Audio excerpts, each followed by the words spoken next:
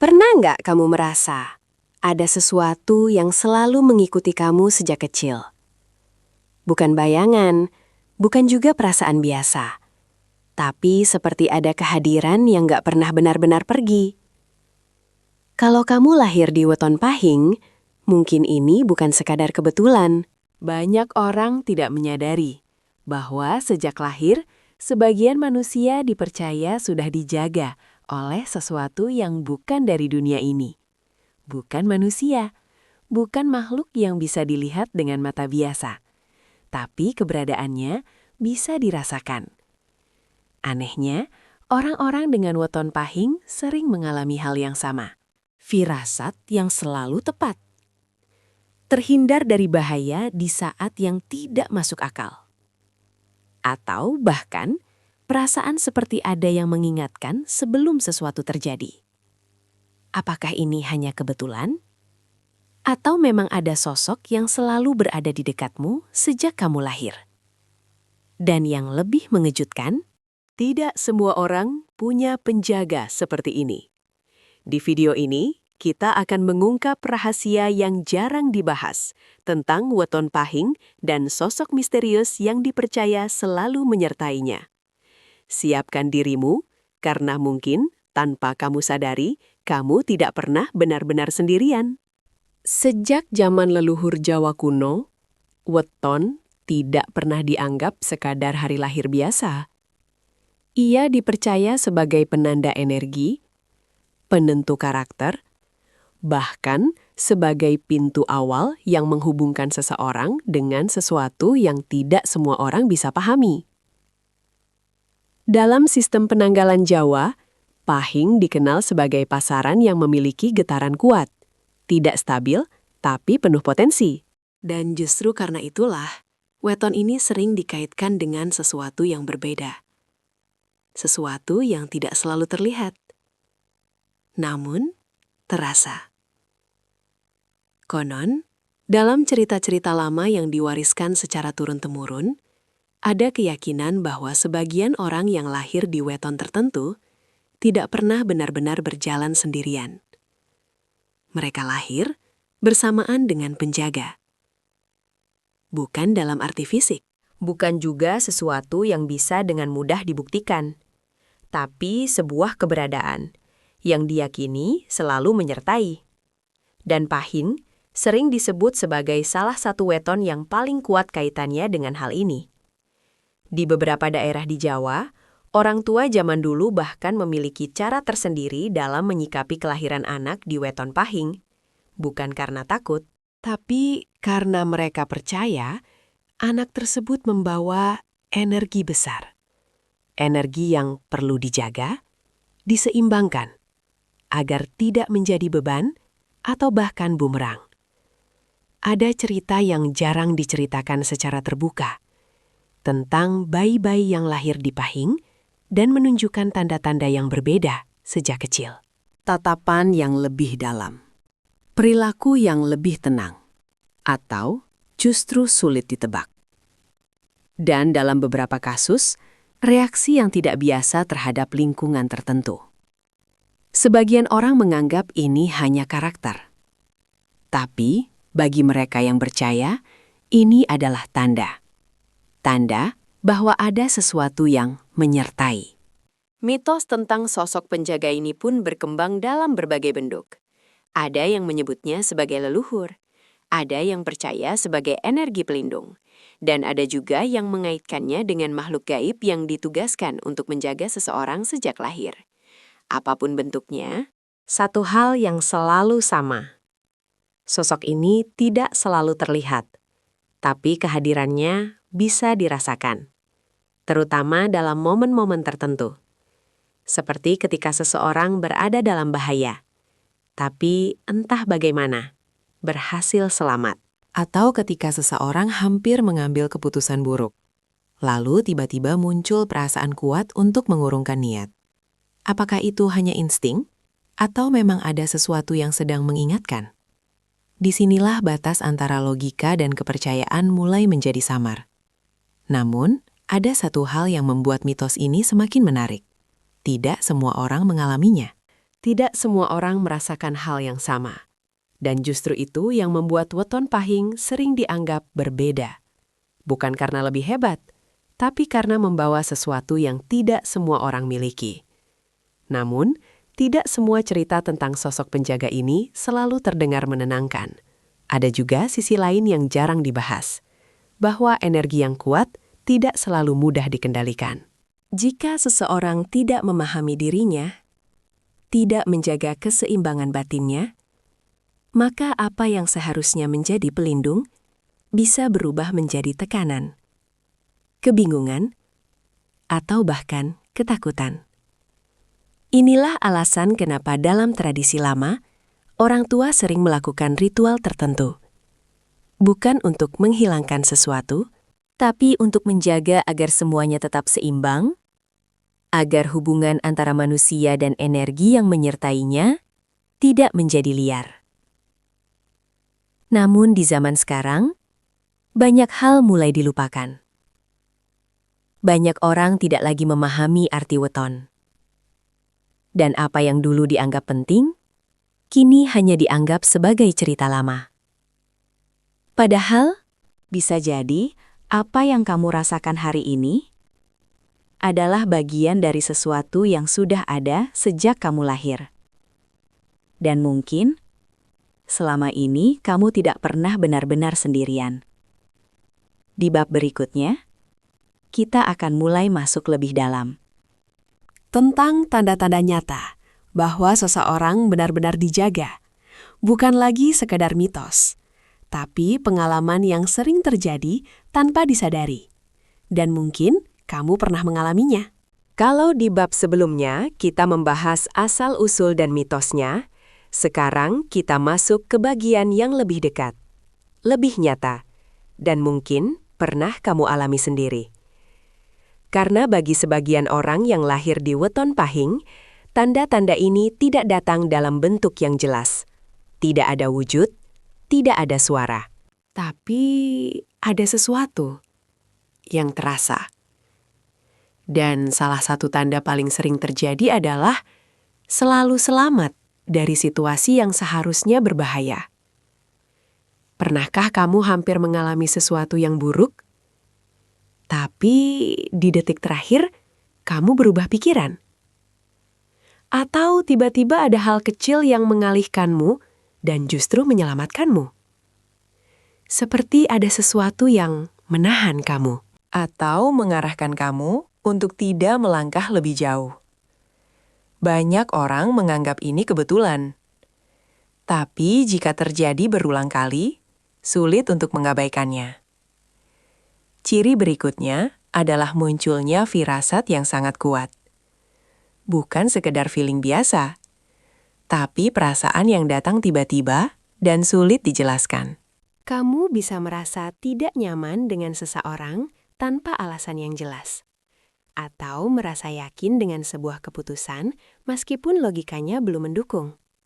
Dan yang membuatnya semakin aneh, seringkali firasat itu benar. Awalnya mungkin kamu meragukan, tapi semakin sering terjadi, kamu mulai sadar ada sesuatu yang berbeda. Tanda lain yang cukup sering dialami adalah mimpi yang terasa nyata. Bukan sekadar mimpi biasa, tapi seperti pesan. Kadang kamu bermimpi tentang sesuatu, dan beberapa waktu kemudian, hal itu benar-benar terjadi. Atau kamu bermimpi tentang seseorang, lalu keesokan harinya, orang itu muncul dalam hidupmu. Apakah ini kebetulan? Atau memang ada sesuatu yang sedang berkomunikasi?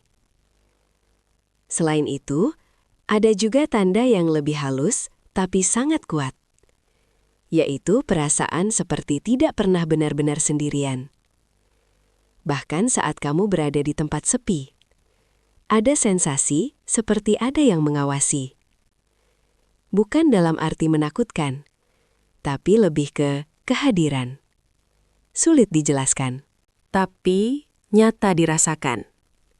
Sebagian orang merasa tenang dengan ini. Sebagian lagi justru merasa tidak nyaman. Dan itu wajar. karena tidak semua orang siap menerima hal seperti ini. Tanda berikutnya adalah kepekaan terhadap energi tempat atau orang. Masuk ke suatu tempat dan langsung merasa berat.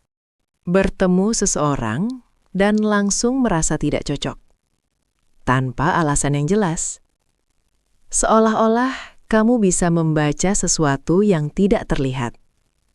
Dan yang menarik, semakin kamu mengabaikan perasaan ini, semakin kuat ia muncul. Ini seperti peringatan. Namun, tidak semua tanda ini harus diartikan secara berlebihan, karena pada dasarnya, setiap manusia memiliki intuisi. Hanya saja, pada weton tertentu seperti pahing, kepekaan ini terasa lebih kuat, lebih aktif, dan lebih sering muncul. Tapi disinilah banyak orang mulai salah arah, karena mereka terlalu fokus pada apa yang di luar, dan lupa memahami apa yang ada di dalam. Padahal, semua tanda ini bukan untuk menakut-nakuti, bukan untuk membuatmu merasa berbeda, tapi untuk menyadarkan bahwa ada bagian dari dirimu yang belum kamu kenal sepenuhnya. Dan mungkin, apa yang kamu rasakan selama ini bukan sesuatu yang aneh, bukan sesuatu yang harus kamu takuti, tapi sesuatu yang perlu kamu pahami. Namun, ada satu hal yang perlu kamu ingat. Tidak semua tanda berarti kamu dijaga dalam arti yang sama. Tidak semua pengalaman memiliki makna yang sama. Dan tidak semua yang terasa harus langsung dipercaya. Karena di bab berikutnya, kita akan membahas sesuatu yang lebih dalam, lebih serius, dan mungkin sedikit mengejutkan. Tentang apa sebenarnya sosok yang dipercaya menjaga weton pahing? Apakah benar pelindung? Atau justru sesuatu yang harus kamu waspadai? Sampai di titik ini, mungkin kamu mulai bertanya satu hal. Jika memang ada sesuatu yang menjaga, lalu sebenarnya apa itu? Apakah benar sosok pelindung? Atau justru sesuatu yang belum sepenuhnya kamu pahami? Dalam kepercayaan lama, khususnya dalam tradisi Jawa, sosok yang disebut sebagai penjaga tidak selalu memiliki satu bentuk yang sama. Ia bisa datang dari berbagai sumber. Dan disinilah semuanya mulai menjadi lebih kompleks. Sebagian orang percaya bahwa sosok tersebut adalah energi leluhur. Bukan dalam arti arwah yang gentayangan, tapi lebih kepada warisan energi. Dari garis keturunan yang masih terhubung. Energi ini dipercaya menjaga, mengarahkan, dan bahkan mengingatkan ketika seseorang hampir mengambil jalan yang salah. Itulah sebabnya, ada orang yang selalu merasa diselamatkan di saat-saat tertentu. Namun di sisi lain, ada juga yang meyakini bahwa sosok penjaga ini bukan berasal dari leluhur, melainkan dari makhluk gaib yang terikat sejak lahir, bukan karena dipanggil, bukan karena diminta, tapi karena sudah menjadi bagian dari takdir energi seseorang. Dan inilah yang sering membuat banyak orang merasa tidak nyaman, karena jika benar, berarti ada sesuatu yang selalu berada di dekatmu, sejak kamu belum memahami apapun tentang dunia ini. Namun, ada satu hal yang perlu kamu pahami. Tidak semua penjaga memiliki niat yang sama. Disinilah batas antara pelindung dan sesuatu yang perlu diwaspadai menjadi sangat tipis. Karena energi yang kuat, jika tidak dipahami, bisa terasa menekan, bisa terasa membingungkan, dan dalam beberapa kasus bisa membuat seseorang merasa kehilangan kendali. Itulah sebabnya, dalam tradisi lama selalu ditekankan satu hal, keseimbangan. Karena tanpa keseimbangan, apa yang seharusnya menjadi pelindung bisa berubah menjadi beban. Namun, bagaimana cara membedakannya? Bagaimana cara tahu apakah yang kamu rasakan adalah sesuatu yang menjaga atau justru sesuatu yang harus kamu waspadai? Jawabannya tidak selalu mudah. Tapi ada beberapa tanda yang sering disebutkan. Jika kehadiran itu membuatmu merasa lebih tenang, lebih terarah, lebih terlindungi, maka kemungkinan besar itu adalah energi yang bersifat positif. Namun, jika yang kamu rasakan justru sebaliknya, merasa tertekan, merasa takut tanpa alasan, atau merasa kehilangan kendali atas dirimu sendiri, maka itu adalah tanda bahwa ada sesuatu yang tidak seimbang. Dan di titik ini, banyak orang mulai merasa bingung karena mereka tidak tahu harus percaya pada apa, logika atau perasaan. Namun, satu hal yang pasti, apapun yang kamu alami, itu tetap bagian dari dirimu, bukan sesuatu yang datang untuk menghancurkanmu, tapi sesuatu yang perlu kamu pahami. Dan disinilah peran terpenting ada pada dirimu sendiri, bukan pada sosok itu, bukan pada mitos, tapi pada bagaimana kamu menyikapinya. Karena pada akhirnya, kekuatan terbesar bukan berasal dari apa yang menjaga kamu, tapi dari bagaimana kamu mengenal dirimu sendiri dan bagaimana kamu menjaga keseimbangan dalam hidupmu. Namun, cerita tentang sosok penjaga ini tidak berhenti sampai di sini. Karena di bab berikutnya, kita akan membahas sesuatu yang jauh lebih penting. Bukan lagi tentang siapa yang menjaga, tapi tentang apa yang harus kamu lakukan jika kamu merasa mengalami semua ini. Karena tanpa pemahaman yang benar, apa yang seharusnya menjadi kekuatan bisa berubah menjadi kebingungan. Dan mungkin itulah yang selama ini kamu rasakan. Setelah memahami semua kemungkinan tentang tanda-tanda, tentang kepekaan, bahkan tentang sosok yang mungkin menyertai, sekarang kita masuk ke bagian yang paling penting. Bukan lagi tentang apa yang kamu rasakan, tapi tentang bagaimana kamu menyikapinya. Karena jujur saja, sebesar apapun pengalaman yang kamu alami, kalau kamu tidak tahu cara menghadapinya, semuanya bisa berubah menjadi ketakutan, menjadi overthinking, dan bahkan membuatmu kehilangan arah. Inilah kesalahan yang sering terjadi. Banyak orang terlalu fokus pada hal yang tidak terlihat, sampai lupa menjaga dirinya sendiri. Padahal, apapun yang kamu rasakan, kamu tetap manusia. Kamu tetap hidup di dunia nyata, dan kamu tetap perlu pijakan. Hal pertama yang harus kamu lakukan adalah berhenti langsung menganggap semua hal sebagai sesuatu yang gaib. Ini penting. Karena tidak semua firasat adalah pesan, tidak semua mimpi adalah pertanda, dan tidak semua perasaan memiliki makna yang dalam. Terkadang, itu hanya pikiranmu yang lelah, atau emosimu yang belum stabil. Jadi, sebelum kamu menyimpulkan apapun, belajar untuk tenang dulu. Tarik napas, rasakan dirimu, dan tanyakan, apakah ini benar? Atau hanya pikiranku? Langkah kedua, perkuat dirimu dari dalam. Bukan dengan mencari sesuatu di luar, tapi dengan memahami dirimu sendiri.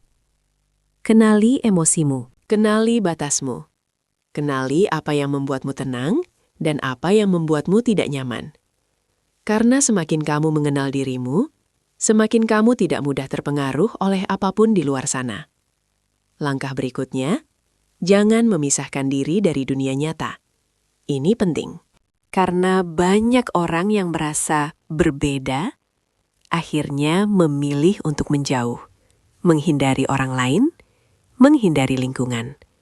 Dan tanpa sadar, mereka kehilangan keseimbangan. Padahal, keseimbangan justru ada ketika kamu bisa tetap hidup seperti biasa.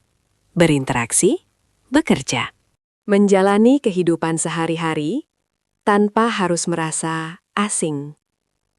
Ingat, kamu tidak perlu menjadi orang lain. Kamu hanya perlu menjadi dirimu sendiri dengan lebih sadar. Selain itu, jaga pikiranmu, karena pikiran adalah pintu.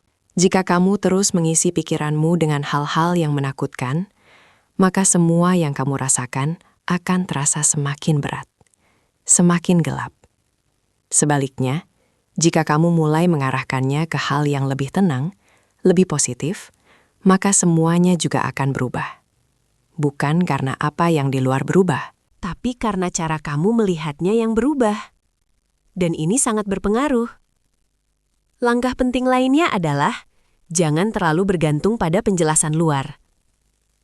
Karena semakin kamu mencari jawaban dari luar, semakin kamu akan bingung. Karena setiap orang punya pandangan yang berbeda. Yang satu bilang ini A, yang lain bilang ini B. Dan akhirnya, kamu sendiri yang kehilangan arah. Padahal, jawaban yang paling penting ada di dalam dirimu sendiri. Bukan berarti kamu harus menutup diri, tapi kamu harus tetap punya pegangan. Pegangan itu adalah kesadaran, ketenangan, dan kejujuran pada diri sendiri. Selain itu, jika kamu mulai merasa terlalu berat, terlalu banyak pikiran, atau bahkan mulai merasa takut, jangan dipendam. Cari seseorang yang bisa kamu percaya. Teman, keluarga, atau siapapun yang bisa membuatmu merasa aman. Karena kamu tidak harus melewati semua ini sendirian. Dan yang terakhir, jangan takut dengan dirimu sendiri. Apapun yang kamu rasakan, itu bagian dari dirimu. Bukan musuh. Bukan ancaman, tapi sesuatu yang perlu kamu pahami. Karena semakin kamu melawannya, semakin kamu akan merasa tertekan. Sebaliknya, semakin kamu menerima, semakin kamu akan merasa tenang. Dan disitulah semuanya mulai seimbang. Pada akhirnya, perjalanan ini bukan tentang apa yang menjagamu, bukan tentang apa yang mengikutimu, tapi tentang bagaimana kamu menjaga dirimu sendiri. Karena jika dirimu kuat, jika pikiranmu tenang, jika hatimu stabil, maka apapun yang ada di luar tidak akan mudah mempengaruhimu. Dan mungkin itulah inti sebenarnya dari semua ini. Di bagian terakhir nanti, kita akan menutup semuanya dengan satu pesan penting. Tentang bagaimana semua pengalaman ini bisa menjadi kekuatan, bukan ketakutan. Dan mungkin disitulah kamu akan benar-benar memahami apa yang sebenarnya terjadi dalam hidupmu. Sampai di titik ini, jika kamu masih di sini, masih mendengarkan, masih mencoba memahami semua yang kita bahas, mungkin ini bukan sekadar kebetulan, karena tidak semua orang akan bertahan sampai akhir. Hanya mereka yang merasa terhubung yang akan terus mengikuti. Dan jika kamu salah satunya, maka ada satu hal yang perlu kamu dengar. Perjalanan ini bukan tentang menemukan sesuatu di luar dirimu. Bukan tentang membuktikan bahwa kamu dijaga. Dan bukan tentang mencari sosok yang selalu mengikutimu. Tapi tentang mengenal dirimu sendiri. Selama ini mungkin kamu terlalu fokus pada pertanyaan, apa yang ada di sekitarku? Siapa yang mengikutiku? Padahal, pertanyaan yang lebih penting adalah, apa yang sebenarnya terjadi dalam diriku? Karena apapun yang kamu rasakan, firasat, mimpi, kepekaan, atau bahkan perasaan tidak sendirian, semua itu melewati satu tempat yang sama, dirimu. Dan jika kamu tidak memahami dirimu sendiri, maka semua itu akan terasa membingungkan, bahkan menakutkan. Namun ketika kamu mulai memahami, semuanya berubah. Bukan karena hal di luar sana hilang, tapi karena kamu tidak lagi melihatnya dengan rasa takut, melainkan dengan kesadaran. Dan disitulah kekuatan sebenarnya muncul.